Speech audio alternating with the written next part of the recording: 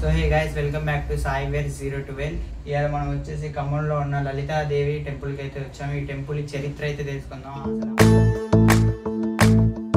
ఓ నిండు భూమి నేను రెండు చేతులతో కౌగిలించమని పిలిచినదా, పిలుపు వినరా మలుపు. ఆయన అయితే ఉన్నారు. హలో అన్ననైతే పూర్తి వివరాలు అడిగి కనుక్కుందాం గుడి గురించి. ఆయన చెప్పన్న, ఈ గుడిని స్థాపించింది ఎవరు, అసలుకి ఏంటి? ఇక్కడ అమ్మగారు, ఈవిడ పేరు శ్రీమతి విమలాదేవి గారు. అమ్మగారు నేలకొండపల్లిలో జన్మించారు. 1945 నవంబర్ 4వ తారీఖు దీపావళి అమావాస్య రోజు అమ్మగారు పుట్టినరోజు.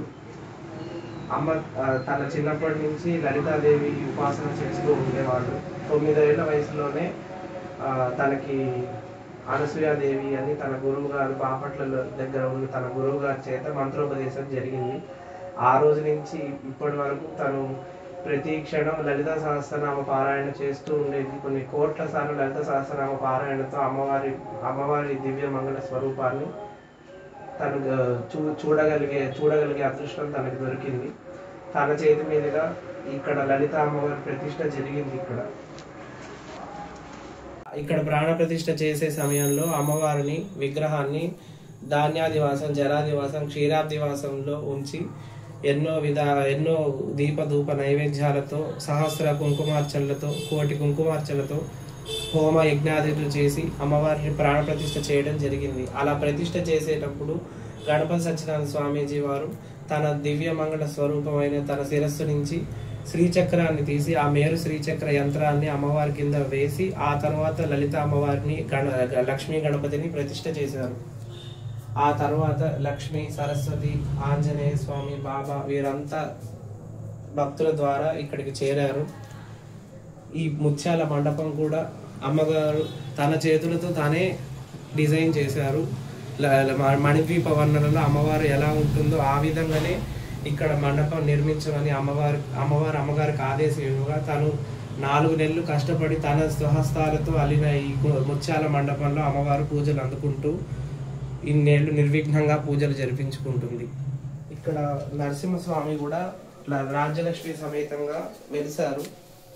1977 శ్రావణ మాసం శ్రావణ శుద్ధ దశమి అర్ధరాత్రి 12:05 గురువారం రోజు లక్ష్మీ నరసింహస్వామి ఇక్కడ వెలవడం జరిగింది. అమ్మగారు ఎన్నో ఏళ్ల నుంచి లలితాదేవి ఉపాసన చేస్తూ ఉండగా ఇలా స్వామి ఈ కలియుగంలో వెలవడం నిజంగా స్వామి ఉన్నాడనడానికి అద్భుత నిదర్శనంగా నిలిచింది ఈ ప్రదేశం. ఇది నెమి అనే మహర్షి తపస్సు చేసిన ప్రదేశంగా గణపతి సత్యనారాయణ స్వామీజీ వారు తన తపోశక్తితో తెలుసుకొని చెప్పారు. గణపతి సత్యనారాయణ స్వామీజీ గారు మైసూరు దత్తపీఠాధిపతులు. ఆయన నరసింహస్వామి వెలిసిన నెల రోజుల తర్వాత స్వామి కల్లో కనిపించి, నేను ఖమ్మంలో పలానా విమలమ్మ గారి ఇంట్లో వెలిశాను, నా దర్శనానికి రా అని స్వప్న దర్శనం ఇవ్వగా తను ఖమ్మం వచ్చి విమలమ్మ గారి ఇల్లు సందర్శించడం జరిగింది. ఆ రోజు స్వామీజీ 3 నిద్రలు చేశారు ఇక్కడ. అప్పుడు అమ్మగారి పూజ గదిలో లలితాదేవి పటం దగ్గర అమ్మ కోటి కుంకుమార్చన పూర్తి చేసిన సందర్భంగా ఇక్కడ ప్రాణ ప్రతిష్ఠ చేయాల్సిందే అని అమ్మవారి ఆదేశం ఇవ్వడం జరిగింది స్వామీజీకి. స్వామీజీ అమ్మవారిని ప్రతిష్ఠ చేయాలి అని అమ్మగారికి చెప్పగా అమ్మగారు నాకు పిల్లలు ఈ వైవాహిక జీవితం ఉండగా నేను ఇలా ప్రతిష్ఠ చేయాలి అంటే నాకు అందరు సహకరించాలని చెప్తుండగా ఖచ్చితంగా ఇది రాబోయే రోజుల్లో ఎంతో మహత్కార్యంగా జరగబోతుంది. ఇక్కడ అమ్మవారికి ఏమీ ఆలోచించకుండా ప్రతిష్ఠ చేయాల్సిందే అని చెప్తే అమ్మగారు స్వామి వెలిసిన 2 నెలల తర్వాత అమ్మవారిని దసరా నవరాత్రుల ముందు ప్రాణ ప్రతిష్ఠ చేశారు గణపతి సత్యనారాయణ స్వామీజీ వారి చేత.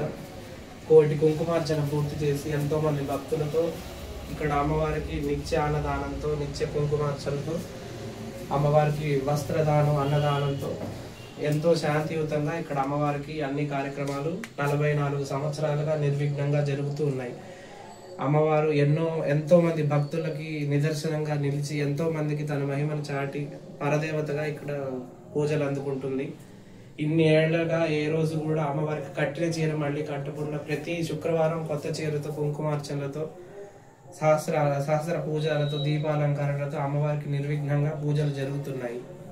ఇదంతా అమ్మగారు స్వామీజీ యొక్క దివ్య శక్తితోనే ఇక్కడ జరుగుతుందనేది మా అందరి నమ్మకం. ఇది గుడిగా మార్చాలి అని స్వామీజీ కానీ భక్తులందరూ కోరినా కూడా అమ్మ మాత్రం ఇది 10 మందికి ఒక వ్యవస్థగా నిలబడాలి, ప్రతి ఒక్కళ్ళు కులమత భేదానికి అతీతంగా వచ్చి ఇక్కడ అందరూ ఆరాధించుకోవడానికి అనుకూలే అని చెప్పడానికే దీన్ని నేను గుడిగా మార్చను, మందిరంగానే ఉంచుతాను అని చెప్పి ఈ గుడి ఎవరికి హ్యాండ్ ఓవర్ చేయకుండా ఇన్నేళ్లుగా నిర్విఘ్నంగా నడిపిస్తున్నారు. ఇక్కడ ప్రతి సంవత్సరం వైశాఖ మాసంలో వైశాఖ పౌర్ణమికి లక్ష్మీనరసింహస్వామికి కళ్యాణం చేస్తారు. అలాగనే ప్రతి సంవత్సరం శివరాత్రి రోజు 108 రకాల పూలతో అమ్మవారికి పుష్పాభిషేకం జరిపిస్తారు. దేవి నవరాత్రులు కూడా చాలా ఘనంగా జరుగుతాయి. 9 రోజులు అమ్మవారికి కోటి కుంకుమార్చన పూర్తి చేస్తారు. ఆఖరి రోజు పూర్ణాహుతి చేస్తారు. 9 రోజులు నిత్యాన్నదానం జరుగుతుంది. ఈ కార్తీక మాసం 9 రోజులు కూడా శివుడికి రుద్రాభిషేకాలు జరుగుతుంది. ఏకాదశి రుద్రాభిషేకాలు కూడా జరుగుతారు ఇక్కడ.